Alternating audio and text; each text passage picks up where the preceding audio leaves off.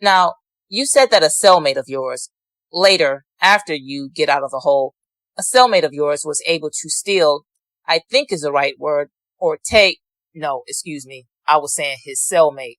That was his cellie. I didn't have a cellmate. His cellmate? Yes, sir. His cellmate provided you with legal paperwork that Gregory Stewart had, together with his attorney? Yes, a brown envelope with different documents in it. And in looking at that paperwork, you came to the definite conclusion that Gregory Stewart was going to be cooperating with the FBI? Well, from the looks of the paperwork I seen, it was only saying Darryl Franklin was cooperating. It was like, I thought it was either some fixed paperwork, and then I looked at a bracket where they got a lot of people named for his federal thing, like different little pages in there. But I saw cooperator, signed with cooperation, about different people on the case with Gregory from the first case he was on. Well, I'm sorry, are you finished? No, I didn't really get to take too many papers because I didn't want him to know I was really in there. So I got the paper I thought was important. And that was when Darryl Franklin called him and said something about Merle, and he made him do this, and he took some money from Plucky, and he called this and that. I took pretty much what I wanted to take out of there, and then I sent it back next door. Well, all the way through now until early February of 2015, when you wrote that letter to Maurice Landrew, in between when you first got to St. Charles Parish, which was April of 2014 through February of 2015, yep, you had figured out by then that Gregory Stewart was cooperating with the FBI. Once he said about Poland, I knew he had to know something, because he wasn't present for Poland. So I pretty much got his drift. The last thing I can't say word for word. I remember him saying, well, that's on you, man. But I'm telling you, the people coming, and they know about Poland Street. In fact, you put Gregory Stewart on your enemies list because he was cooperating and you knew he could be cooperating against you. I don't even much recall putting him on that. I mean, I may have not. You know what I'm saying? I can't really say. Well, if I showed you your classification forms that had Stewart listed on your enemies list, would that refresh your memory? Yeah, it would refresh my memory, sir. All right, I'll dig it out. All right, I'm going to show you an inmate classification form dated August 6th of 2014. Okay? All right. And I'd like you to take a look at question number 13, which asks, do you have any enemies in this jail? Yes, I see it.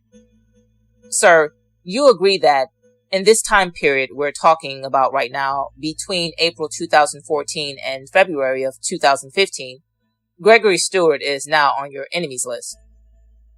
I wasn't there that long, so it didn't really matter, but yes, sir. Okay, and the reason why he's on your enemies list is because Gregory Stewart is not only cooperating, but he's cooperating against you. Yes, sir.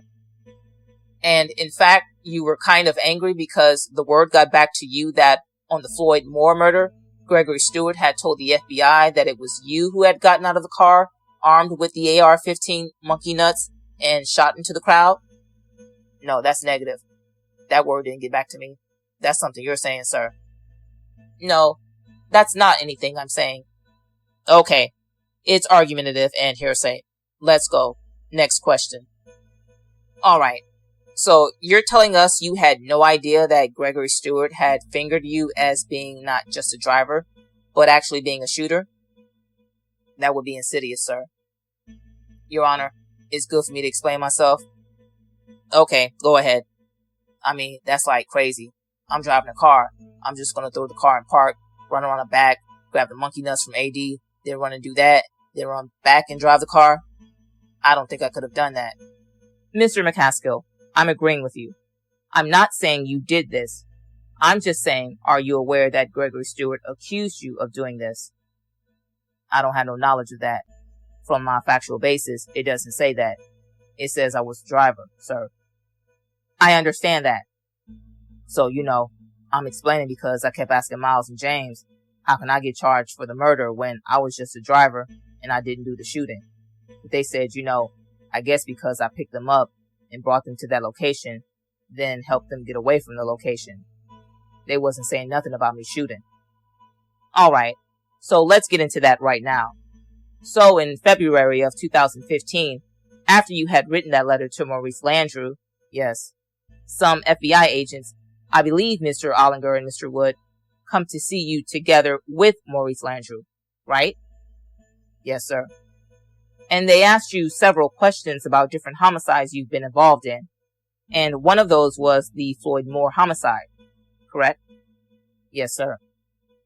And at that time, you made it, of course, very clear to them that you were just a driver?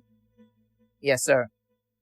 And I assume at that time, you also told them that, what you told us today, that the people who were involved were Damian Barnes. Yes. That very same Damian Barnes you say pulled a knife on you and put you into the hospital? That same Damian Barnes, right? Objection. Objection sustained.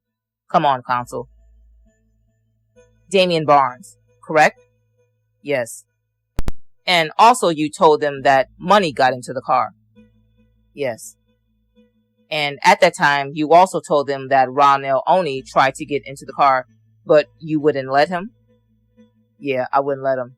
I can answer that. Can I explain? Yeah. Alright. When I pulled up and I told him, come on, let's go swing such and such, that was one of the first ones to come in the car. And I said no, he couldn't get in there. Because not only I told him he couldn't get in there, but I really wasn't familiar with him. Being a new face, I'm not used to running with him. He seemed kind of young and I didn't want him to accidentally shoot me in the back or the gun go off while I'm driving. So I specifically emphasized that to him. No, you can't get in this car. I think you've already testified to that, haven't you? Yes, sir. Yeah, go ahead. Next question. Okay, so the reason why you didn't want him to go in is because he was a young guy and you didn't know if he could handle a gun and he might shoot you in the back while you were driving. That was your fear? Yes, sir. Yes, sir. Well, you also told us that you didn't really know Damian Barnes very well either. No, sir. And you didn't really want him to get into the car either, did you? Once Rico stamped him and told me he official and he gonna handle his business, I said, come on, let's push. So even though you didn't know him, because Rico had not vouched for had not vouched for Ronell Oney, but he is vouching for Damian Barnes, you allowed him to get into the car? Yes, sir. And Stewart, of course, you let him get into the car because you know he's a practiced, accomplished killer. He knows his weapons. I ain't never done nothing with him. That's my first time, so I heard he was official. I didn't have to coach him or nothing like that, so yeah. Now, when you told the FBI and the U.S. Attorney at this time that money was in the car, yes, and that money had the 9mm, right? Yes. Did they indicate to you that they didn't believe you? No, sir. They didn't tell me nothing like that. They just listened to me. They just pretty much, they asked such and such and I explained my version and that just was that, you know. They didn't say, we don't believe you or nothing. They just asked the question, what about Floyd Moore and this and that? And I explained my version to them. Alright, so you said that you were just a driver. Now, why is it that you are just a driver? Since it was you who was enraged and wanted to go out and avenge this killing, why wouldn't you pack a gun too? I feel like the driver played the most important part. I'm getting you there and I'm getting you back without getting caught. So it didn't matter if I had a gun or not as long as it got handled. And we was going to handle it, sir. So you thought by just being the driver, which was your words on direct examination, I'm just the driver. Now you're telling us that's a much more important role. I can deem it's a more important role because you're getting you from point A to point B without getting caught. So you're more than just a driver. You're the brains and the organizer behind the whole thing. I ain't going to say that. I didn't organize how they spun in the courtway and how everything went down. But I got us to point A to point B, sir, without nobody getting caught in the act or getting caught up. And you also told us on direct examination that when they all came back, or money came back first, but he was cursing out his gun to some effect. right? He was picking the bullets up. The bullets jumped out the clip and spread it over the ground, so he was getting his bullets. And after he came back, but you weren't there to see whether or not he shot or didn't shoot. Isn't that right? That's right. So, after he came back, then Damien and Gregory Stewart came back. Is that what you're telling us? Yes. Money came back first, then those two came back? Yeah. And you're telling us that Money was very happy, telling Gregory Stewart that he loved him? Yes. But you're telling him that he was mad at... Oh, I'm sorry. That Damien was mad because he wasn't being told he was being loved. Isn't that right? Basically, that's what it seemed, how he was looking. And I trust what you told us today. You also told the FBI back in February of 2015? I think so. Yes, sir. I think that's the same story I told them. Your story has never changed? No, sir. So when you all left, you let Money out at, I think you referred to it as the West End first? Yes, sir. What is the West End?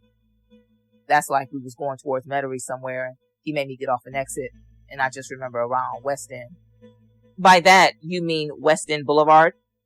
I think so, sir. So you drove out to Metairie, let him out at West End Boulevard, and then you and Stewart and Damien drove back to the 9th Ward? Yes, sir. Okay. And then you dropped Stewart off at the 9th Ward?